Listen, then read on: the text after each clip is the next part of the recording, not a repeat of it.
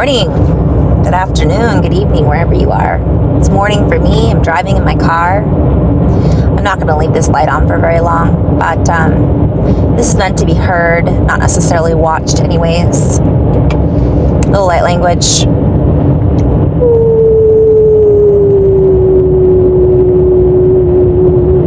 I'm just waking up. Welcome to these videos. If you haven't seen them, welcome back if you have. Ke aua e te kune aua hesta. Ke ama kune et este kuna. Ke namo ehe ne o ku tu oaha ne te.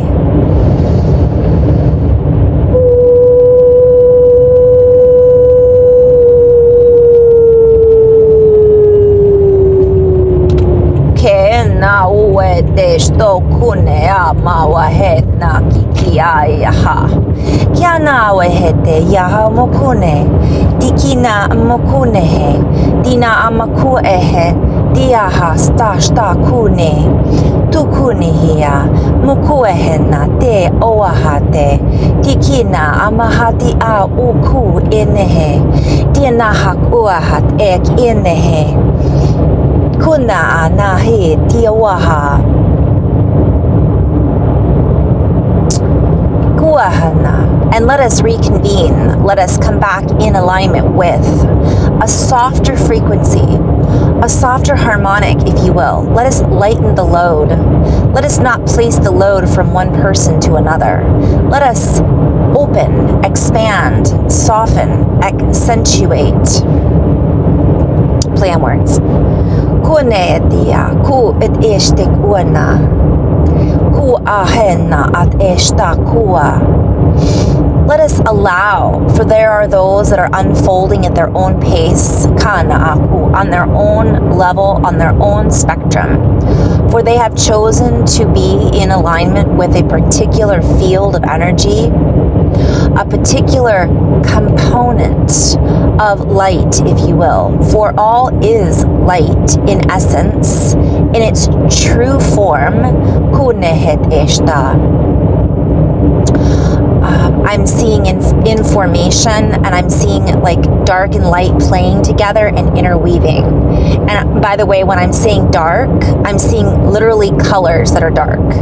So I'm being guided to step away from judgment around the word dark right now. This is not necessarily referring to negative. And I'm being guided to remind everybody that a lot of the words that we use have been not just misinterpreted, infiltrated,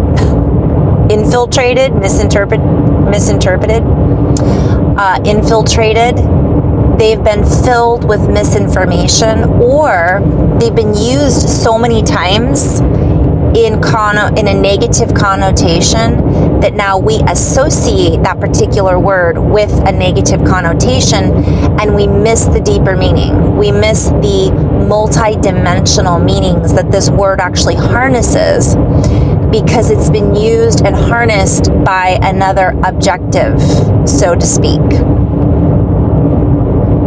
And I'm hearing, or a particular subject that has then created, let's say, a density around that word. Kuna, ishte kuna. We invite everybody to step back within, to take a step back and reunify, play on words, with these deeper feelings within. For as we allow ourselves to descramble, if you will, unscramble the messages that have been scrambled, that many are scrambling to figure out and understand, recognizing there is no time. Kuna awahat eshta. It is merely a band that we are choosing to play with, to play in. Ke aua te ne kune enishta ku et ua wahe ina ku ne awa. Our ancestors played with time in a much different way, for the way that they connected with each other then dictated, so to speak. This is also a play on words, and it's a word meant to be, I'm hearing, untangled. So that's something I'll have to take some time and write up on. But what I'm seeing is it's meant to be taken apart and reconstructed in a different way. So if we think of that word, it's like taking notes, and that's all a play on words, because words are merely notes or communications formed in a particular style. Some have been formulated with conquest. I'm just seeing all kinds of plays with this. And we invite everyone to take their own form of dictation, if you will, and to step out of the role of dictatorship. For this ship has sailed, and those that are seeking to bind others with their own dictations are not recognizing the multidimensionality at play, the bigger play behind the multidimensionality, the bigger play behind the multiple personalities that are all coming together in union to help dismantle the ship that has been wreaking havoc, so to speak. I'm hearing the self-destructive ship. So I talked about this briefly yesterday in a video, and I'll just share what I'm seeing. Well, let me just stay in flow. I'll share maybe later.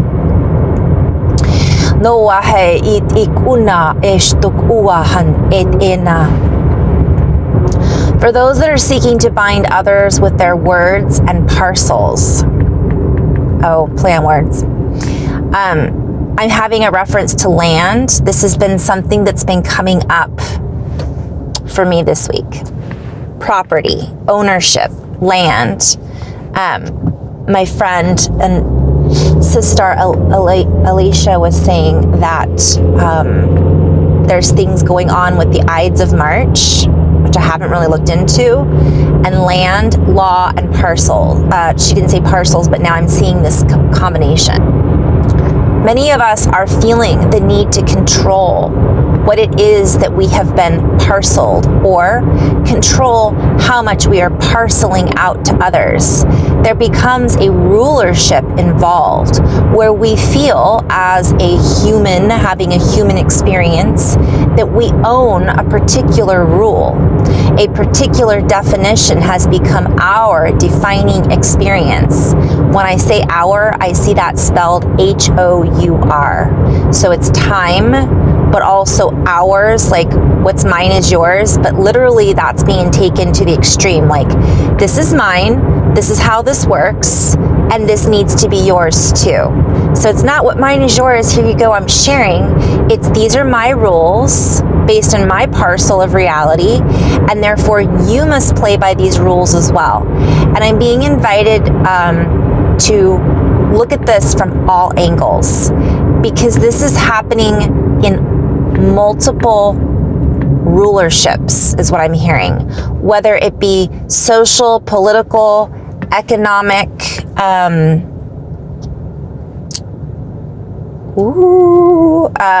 social, political, economic, judicial. All of that, of course, is connected. And this is also going on in the smaller realms. So it could be between elders and children.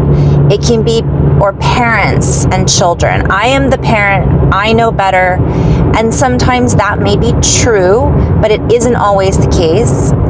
Or I am this particular job, therefore my job is more important than your job, and you must follow. I have this amount of life experience, so I know better than you do.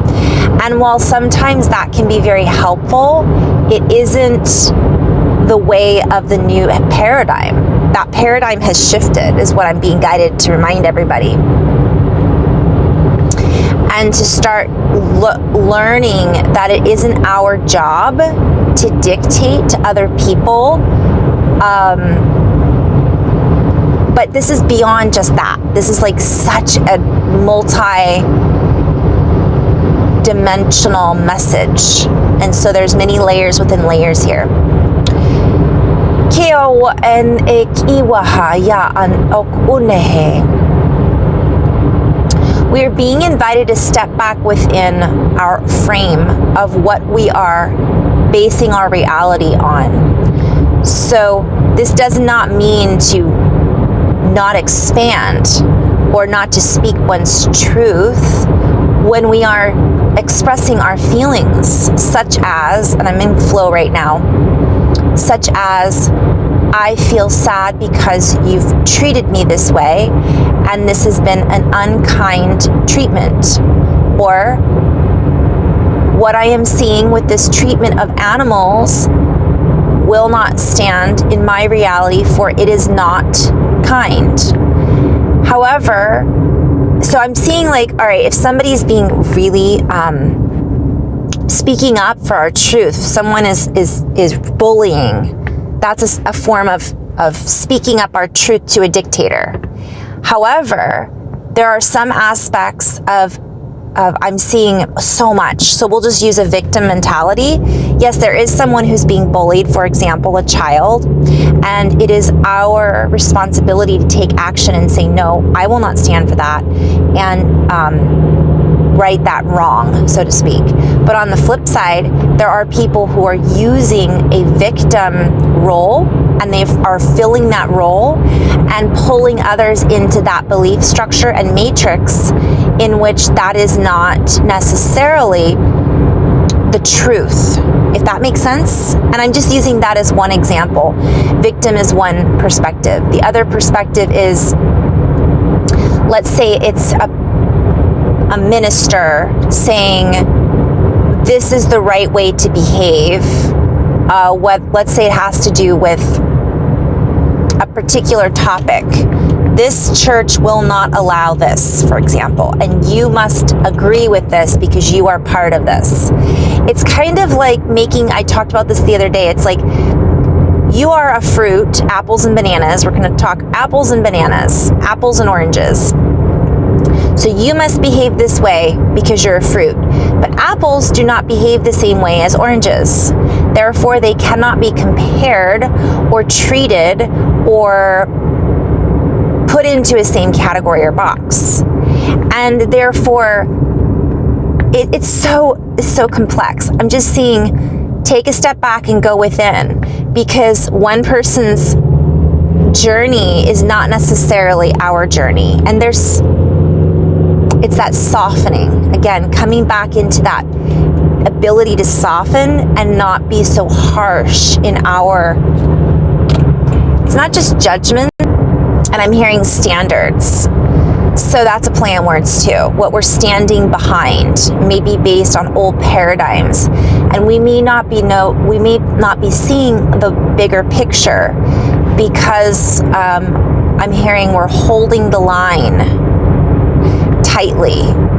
So when I see that, I see like a tightrope, I see a tug of war,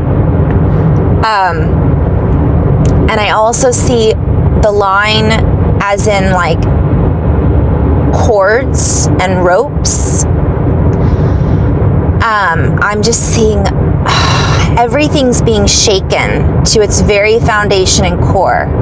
And the more tightly we're hanging on to these paradigms and cores, and the less we just are allowing ourselves to be like seaweed and kind of go with the flow, the harder it is, the harder it becomes. Because there's a deeper multidimensional layer that's going on, I'm hearing beneath the surface and behind all matters. And it's this shift from a lower density to a higher density. And again, I'm being shown all of those stuck particles when you go through like an ultrasonic cleaner.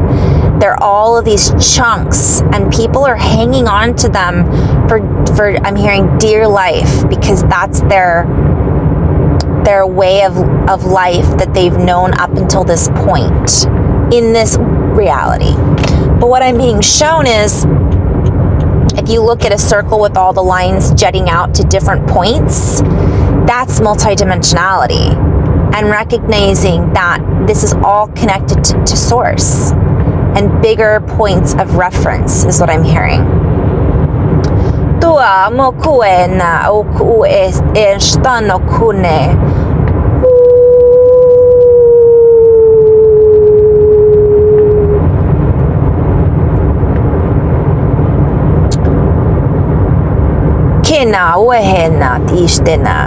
And as a parent, for example, we feel the need to dictate to our children how they should behave, live their lives according to the best possible solutions, the best possible, I'm hearing matriarchy, like we want their children is what I'm hearing. We want our children to have the best of life available to them and make the best decisions that would be beneficial for them. However, these children must also make decisions on their own paths, on their own journey. And this is a reflection of how staunch and stubborn are we being in our old paradigms. Wow, I'm gonna have to break this down because I'm seeing so many different messages here.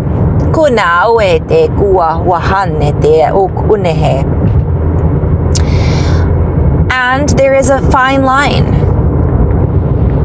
where we let go of the need to control, yet we also find ourselves I'm hearing using our boundaries, our ability to speak our truth. And if we find ourselves coming from a place of compassion and the golden means, do unto others, we will find ourselves letting go. I'm just seeing, I'm hearing laid back. And this is a play on words. I'm hearing laid back with my mind on my money and my money on my mind. This is a play on words. Perfect example of how the universe uses many different ways to communicate. Little Snoop Dogg, right? Oh boy, I could go to so many places here. That takes me into Snoopy, being Snoopy. Oh boy. And also I'm seeing a reference to money, value, right? It's like, what are we valuing? And then this takes me to the golden means, the golden ratio. If we're playing by the golden rules, that becomes our value. We value more our behavior than we do the rules. We're valuing more how we behave towards one another and how we treat one another. And that becomes the rule, not the guidelines or the restrictions that we feel need to be. And I'm seeing this playing out in my reality, by the way. It's so interesting. But it's no longer, well, you must do this in this way because those are the rules. It's what would be the best way to treat my fellow human beings. And this becomes the new paradigm. And it's that simple. It seems very complicated, but it's not. So I'm seeing this reference to the golden rules. And I'm hearing again Snoop, but I'm also seeing a reference to we are all creators, God, dog, right? We can go back and forth. And I'm seeing people snooping and being nosy and being like, well, I wonder why this person is doing that and how could they? And again, that's not the golden rule. That's not being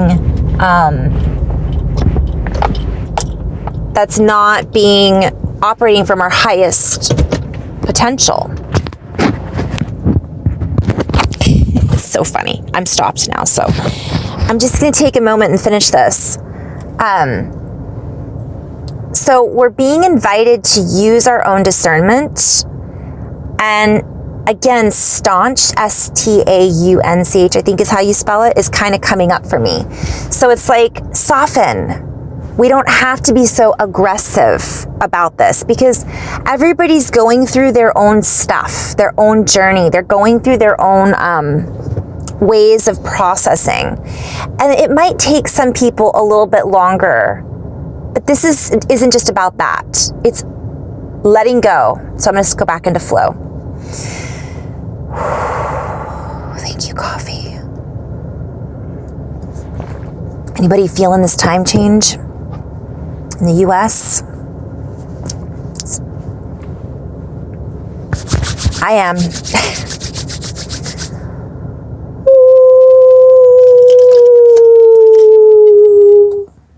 For as we limit one another, as we limit the ability to be expansive and open, we limit ourselves. As we recognize that we are all individual, unique expressions as a whole, unified collective group of light embodied in skin, in plasma, in blood, in cells, in bone, in crystal, in elements. Interacting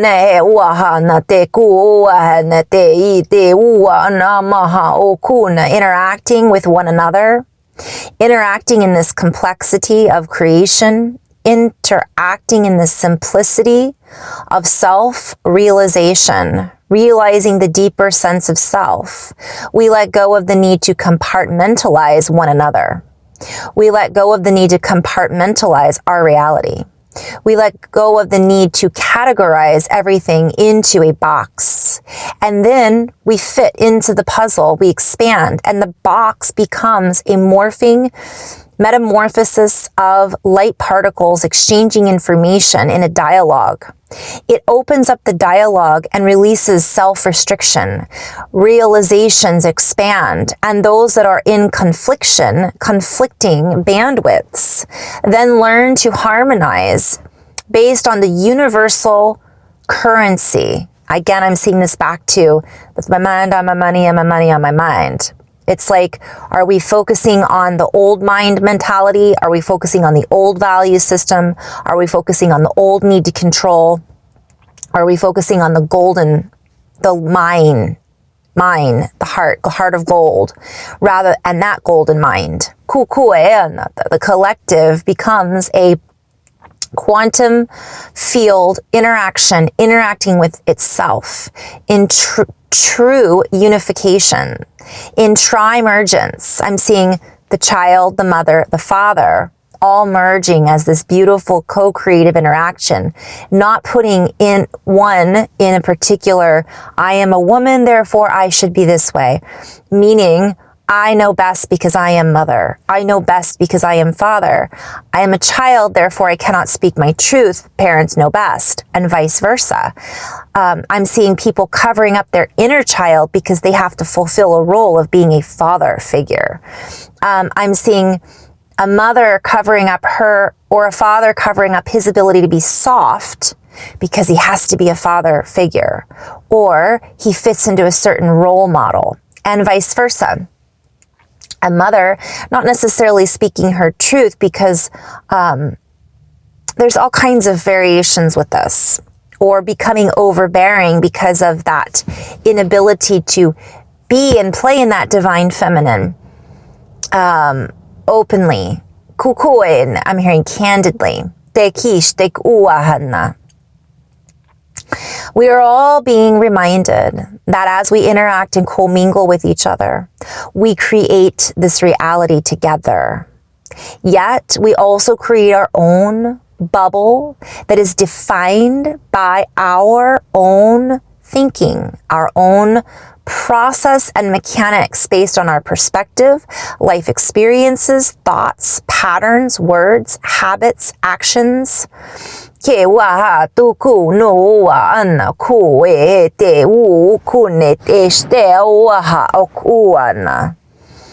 And this is all being presented to us in a beautiful packet, in a beautiful package of information called life experience.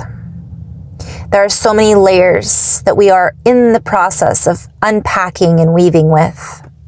And as we allow ourselves to open to this larger, more expansive view, I'm seeing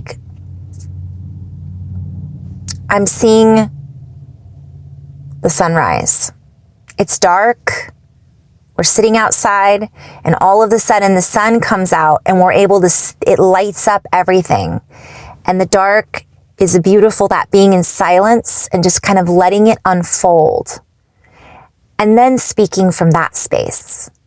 I feel this way. I see this. Okay. Thank you. So on and so forth. I'm going to end on that note. In love and light, guys. Thank you so much for tuning in. Namaste.